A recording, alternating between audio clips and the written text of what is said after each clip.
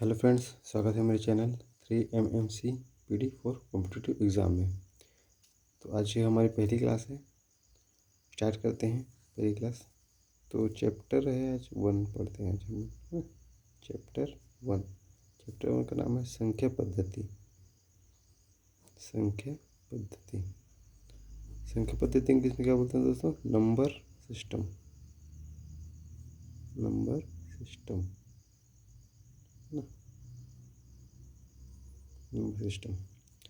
सबसे पहले जानते हैं कि संख्या कितना होती है। संख्या तो अनगिनत होती है। जो मूलभूत संख्याएं होती है वो कितनी होती है? सोचिए, दिमाग में जो लगाइए।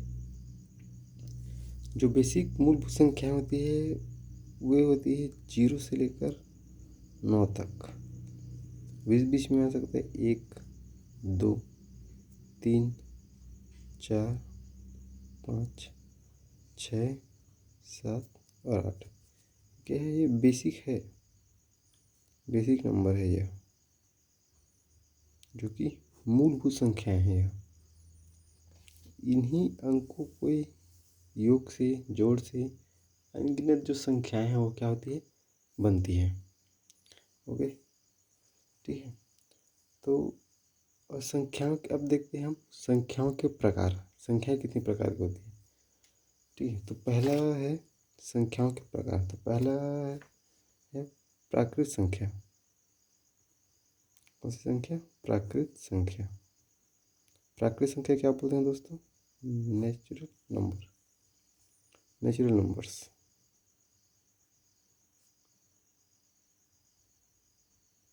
अब बताओ कि नेचुरल नंबर कहाँ से स्टार्ट होती है? सोचिए, दिमाग में जो लगे कि नेचुरल नंबर जो होती है वह कहाँ से स्टार्ट होती है। नेचुरल नंबर स्टार्ट होती है 0 से होगी, 1 से होगी? बताइए। 1 से स्टार्ट होती है नेचुरल नंबर। 1 से लेकर 2 इन्फिनिटी तक जाता है वो, जिसको कैपिटल N से शो करते हैं नेचुरल नंबर को। इसकी परिभाषा है वे संख्याएं जो वस्तुओं की गिनती करने में प्रयुक्त की जाती है ना। वे संख्याएं जो वस्तुओं की गिनती करने में प्रयोग होती है। वस्तुओं की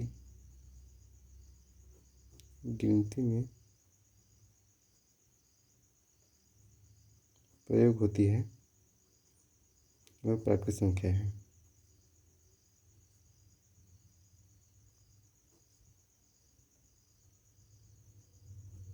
प्राकृत संख्या है।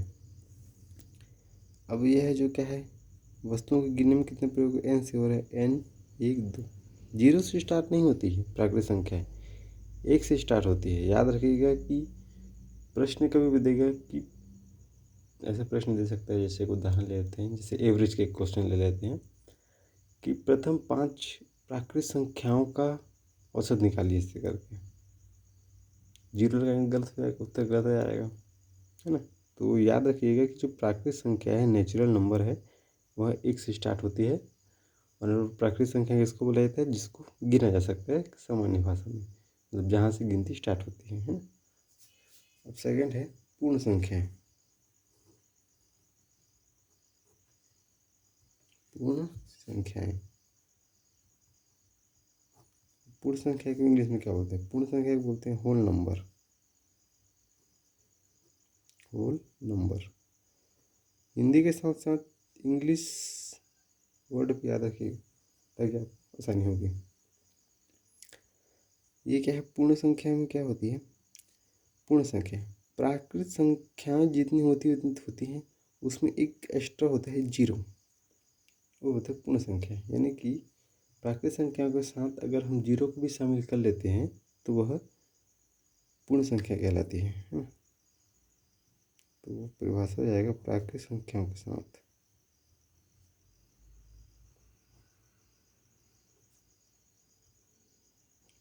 यदि 0 को शामिल कर लिया जाता है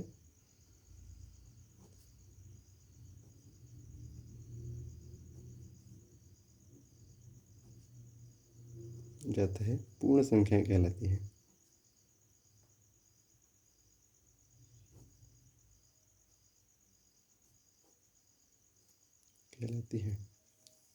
मतलब कि कौन होल नंबर कैसे होगा, W से 0 1 2 3 डैश डैश तक इन्फिनिटी तक जाता है।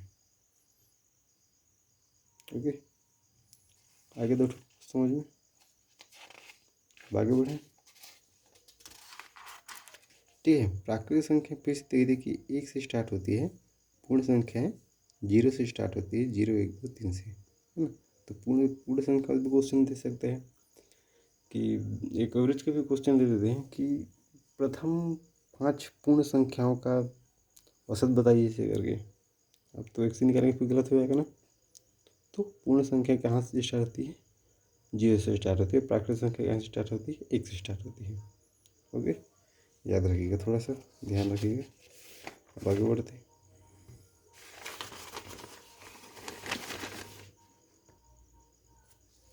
अब देखते हैं अपन थर्ड नंबर का पूर्णांक संख्या है। कौन सी संख्या है दोस्तों, पूर्णांक संख्या है।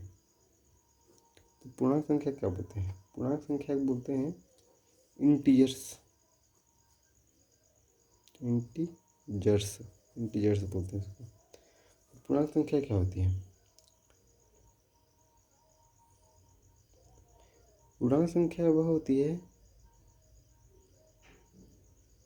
जिसमें पूर्णांक 3 प्रकार के होते हैं, समझ जाओ, है ना। एक होते धन पूर्णांक, एक होती है शून्य पूर्णांक, और एक होती है ऋण पूर्णांक, ऋण पूर्णांक। धन पूर्णांक मतलब क्या है, जो प्लस में रहते हैं, 1 हो गया, 2 हो गया, 3 हो गया, 4 हो गया, 5 हो गया, डैश डैश डैश करके। और शून्य पूर्णांक क्या होगा, शून्य पूर्णांक मतलब शून्य। देखिए धन पूर्णांक में प्राकृतिक संख्या आ जाएगी, शून्य पूर्णांक में शून्य हो जाएगा, और ऋण पूर्णांक में माइनस से -1 हो गया, -2 हो गया, -3 हो गया, ये क्या होती है, ऋण पूर्णांक कहलाती है। तो पूर्णांक संख्या में तीनों आते हैं, एक प्लस वाला भी आएगा सेक्शन, 0 वाला भी आएगा, और माइनस वाला भी सेक्शन आएगा। तो याद रखिए कि पूर्णांक संख्याओं में 3 प्रकार के होते हैं, धन पूर्णांक, शून्य पूर्णांक, ऋण पूर्णांक।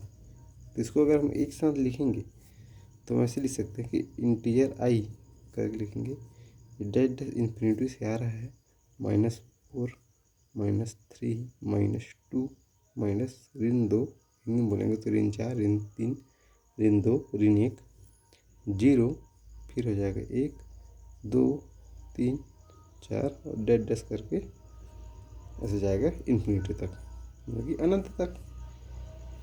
ओके, तो ये हो गई कि पूर्णांक संख्याएं। 3 टॉपिक पढ़ लिए हमने। अब चौथा देखते हैं। चौथा है परिमेय संख्याएं। कौन सी संख्या है दोस्तों, परिमेय संख्याएं। तो परिमेय संख्या क्या बोलते हैं इंग्लिश में, परिमेय संख्या बोलते हैं रैशनल नंबर। कौन सा number, rational number. Okay, rational number. तो वे सभी संख्याएं जिन्हें P/Q के रूप में व्यक्त किया जा सकता है उसे परिमेय संख्या कहते हैं। ठीक है, क्या होती है परिभाषा, वे संख्याएं जिन्हें P/Q के रूप में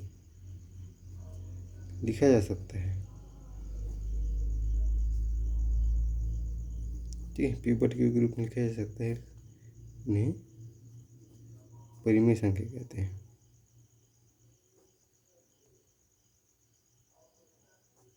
परिमेय संख्या कहते हैं। अब परिमेय संख्याएं कहते हैं, ओके, तो इसमें कुछ कंडीशंस भी होते हैं। परिमेय संख्या मतलब जैसे कोई आर है, P/Q के फॉर्म में होगा, तो P बराबर क्या होता है कि अंश है, और Q बराबर क्या है, हर है। है ना। पी बाई क्यू यानी कि इसको बोल सकते हैं आर प्रकार से अंश बटा हर। ओके, ठीक है। परिमेय संख्या के क्या उदाहरण देख लेते हैं कि कौन कौन से उसके उदाहरण हो सकते हैं। जरूरी नहीं कि अंश हर में ही हो, नॉर्मल जो संख्याएं होती है अंक होती है वो भी हो सकती है।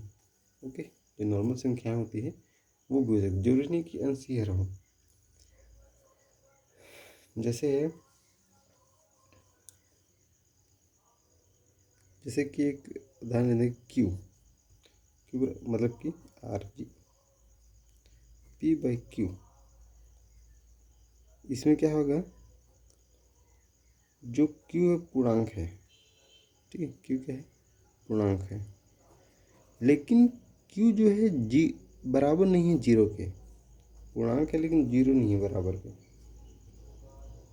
एक कंडीशन ये हो गया, ठीक है। इसमें भी परिभाषा में भी जो क्यू होता है वो बराबर नहीं होता जीरो के, ये याद रखना कि ये जो हर है वो बराबर नहीं होता जीरो के, हर जो है बराबर नहीं है जीरो के। तो उदाहरण देख लेते हैं, अंक अंक में देखने से समझ में आएगा आपको। जैसे एक उदाहरण लेते हैं चार, ठीक है, आर बराबर के 4। अब इसको हम और कैसे लिख सकते हैं दोस्तों, 4/1, जो क्यू का मान है वो अब कुछ नहीं है, मतलब 1 है। तो 1 को अगर हम 4 से विभाजित करेंगे कितना होगा, 1 4 ही होगा, 4 बार में कटेगा। तो क्यू का मान क्या है, जीरो के बराबर नहीं है।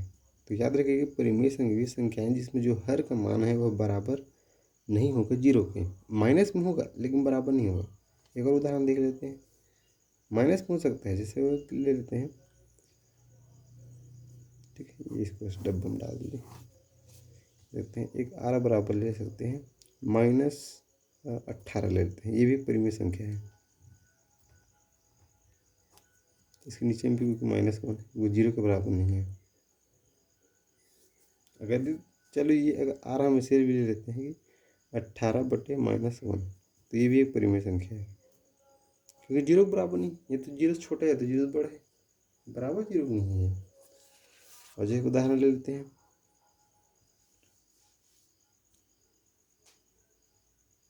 क्योंकि अगर ये नीचे जीरो होगा, अगर क्यू का मान जीरो होगा तो इन्फिनिटी हो जाएगा, यानी कि अनंत हो जाएगा, ठीक है, इन्फिनिटी हो जाएगा, अनंत हो जाएगा, इसलिए जीरो नहीं लेना है। हाँ, शून्य भी एक परिमेय संख्या है, याद रखिए शून्य भी एक परिमेय संख्या है, शून्य भी क्या है परिमेय संख्या है। और एक आठ ले लेते हैं, 7/5 ले लेते हैं, ये भी परिमेय संख्या है, परिमेय संख्या है। परिमेय संख्या क्या देखिएगा कि जो हर है वो जीरो नहीं होगा, माइनस में हो सकता है, प्लस में हो सकता है, जीरो नहीं हो सकता। हाँ, अंश जीरो हो सकता है लेकिन हर जीरो नहीं होगा, मतलब जो हर है वो जीरो के बराबर कतई नहीं होगा, कभी नहीं होगा। ओके, अब देखते हैं अपरिमेय संख्या, जस्ट इसके अपोजिट अपरिमेय संख्या हो।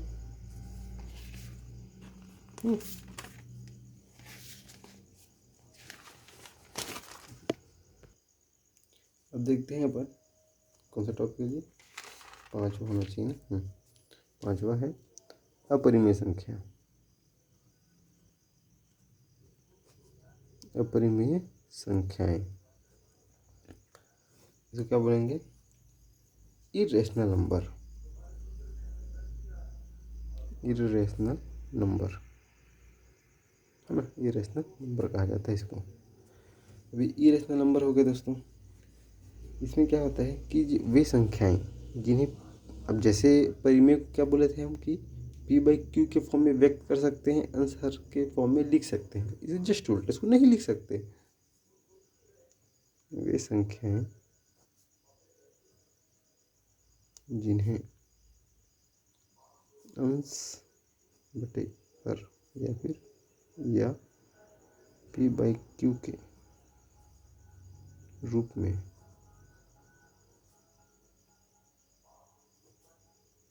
व्यक्त नहीं कर सकते हैं, वे अपरिमेय संख्या कहलाती है, ठीक है। उदाहरण ले लेते हैं, एग्जाम्पल,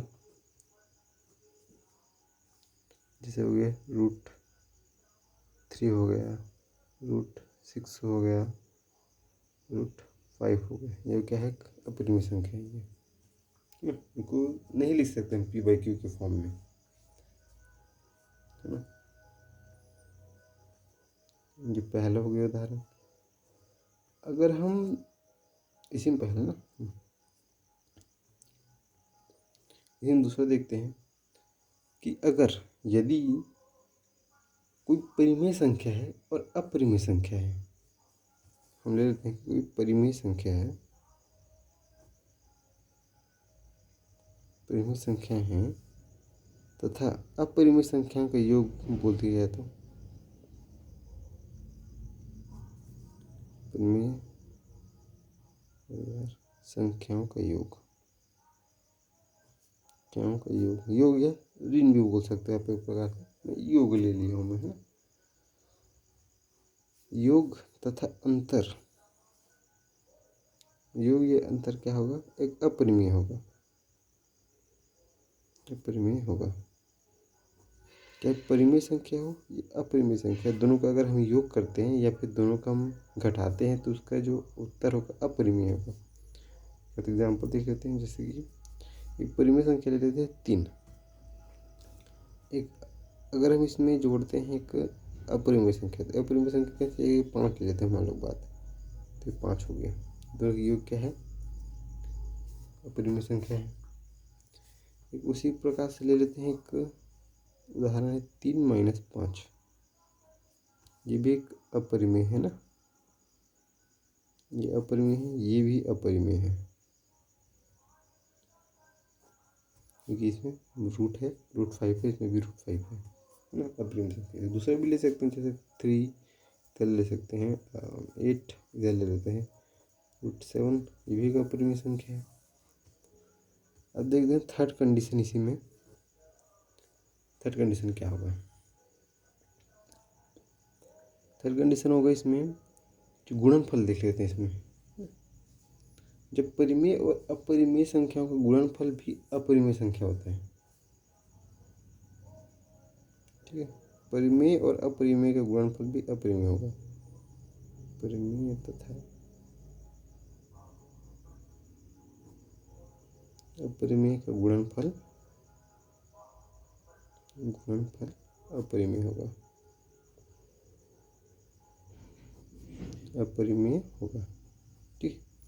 तो परिमेय संख्याओं और अपरिमेय संख्याओं का गुणनफल भी अपरिमेय होगा। उदाहरण देख लेते हैं, जैसे इन्हीं लोग को लेते हैं, जैसे कि 8√7 अपरिमेय संख्या है ना, 7√3 ये भी एक अपरिमेय संख्या है, दोनों के अपरिमेय संख्या है। तो इतने सारे उदाहरण से आपको समझ में आएगा होगा कि परिमेय संख्या कौन सी और अपरिमेय संख्या कौन सी है। अब देखते हैं वास्तविक नंबर, रियल नंबर कहा जाता है इसको। कौन से नंबर, वास्तविक नंबर। छठवां नंबर क्या है, वास्तविक नंबर, वास्तविक संख्याएं, जो बोलते हैं रियल नंबर। रियल नंबर क्या है, वे संख्याएं, वास्तविक मतलब वे संख्याएं जिसमें परिमेय और अपरिमेय दोनों प्रकार की संख्याएं थी, रियल नंबर कहलाती हैं, ठीक है। परिमेय संख्या तो रियल नंबर, ठीक है। रियल नंबर समझ में आ गया कि वास्तविक संख्याएं कौन सी होती है, जिसमें परिमेय भी होते हैं और अपरिमेय भी होते हैं, अपरिमेय दोनों रहते हैं, दोनों शामिल होते हैं, शामिल है, वास्तविक संख्या कहलाती है, रियल नंबर कहलाती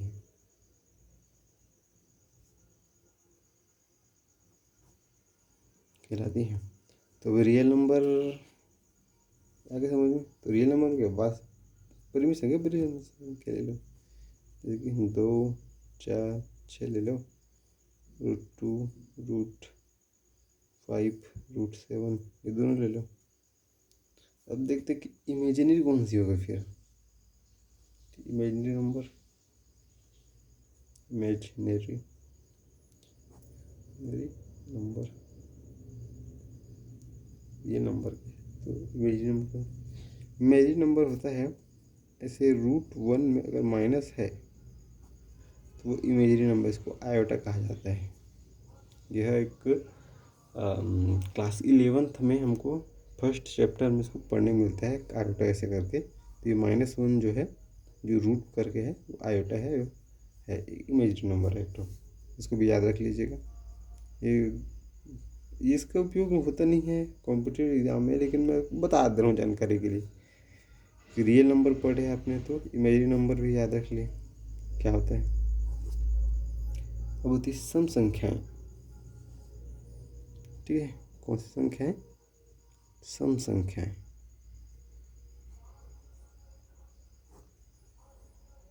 कौन सी संख्या दोस्तों? सम संख्या। तो वे संख्याएं जो प्राकृत संख्याएं, मतलब वे प्राकृत संख्याएं जो 2 से पूर्णतः विभाजित होती है, सम संख्या कहलाती हैं। वे प्राकृत संख्याएं जो 2 से पूर्णतः विभाजित होती हैं, 2 से पूर्णतः विभाजित होती है,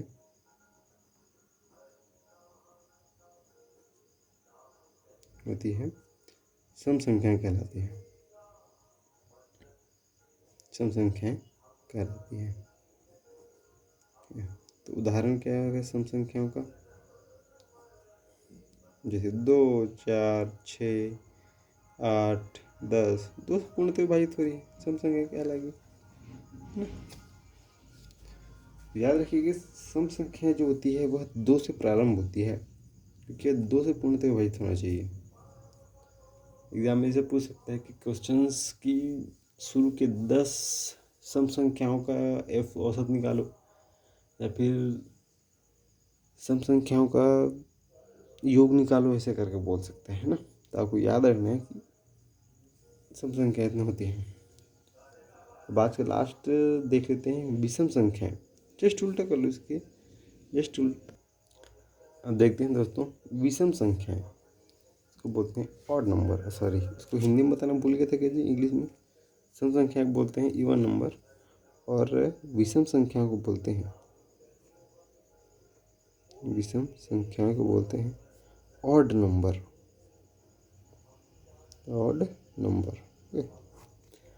तो वे संख्याएं जो 2 से पूर्णतः विभाजित नहीं होती विषम संख्याएं कहलाती हैं। बस इतना ही है, जो 2 से पूर्णतः विभाजित नहीं होती, 2 से पूर्णतः विभाजित नहीं होती, वो क्या कहलाती है? विषम संख्या कहलाती है।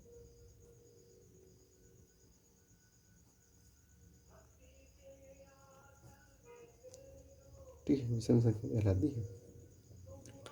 एग्जाम्पल देख लो, 1 हो गया, 3 हो गया, 5 हो गया, 7 हो गया। ठीक है, याद रखिएगा कि 2 से पूर्णतः विभाजित नहीं होती है, मतलब कि 1 से चालू होगा, 3 से, 5 से, 7 से। ठीक है, विषम संख्या 1 से 3 से चालू होगी, जो कि इनफाइनाइट तक जाएगी। सम संख्या 2 से चालू होगी। तो याद रख लीजिएगा। तो आज के लिए जो सेशन है एंड करते हैं। आज के लिए इतना पर्याप्त है। आप जो है इन सभी नंबरों को, जितने मैंने बताया है, लगभग 8-9 टॉपिक बताया है मैंने, उसको अच्छे से समझ लीजिए, क्योंकि ये जो प्रश्न यहीं से बनेंगे। प्राकृत संख्या के योग निकालो, शुरू के 25 प्राकृत संख्या का योग निकालो, तब पता ही नहीं होगा प्राकृत संख्या स्टार्ट कहाँ से होती है, तो हम बनाएंगे कैसे। ये सब बेसिक्स हैं। ठीक है, तो आज के लिए इतना पर्याप्त है। धन्यवाद।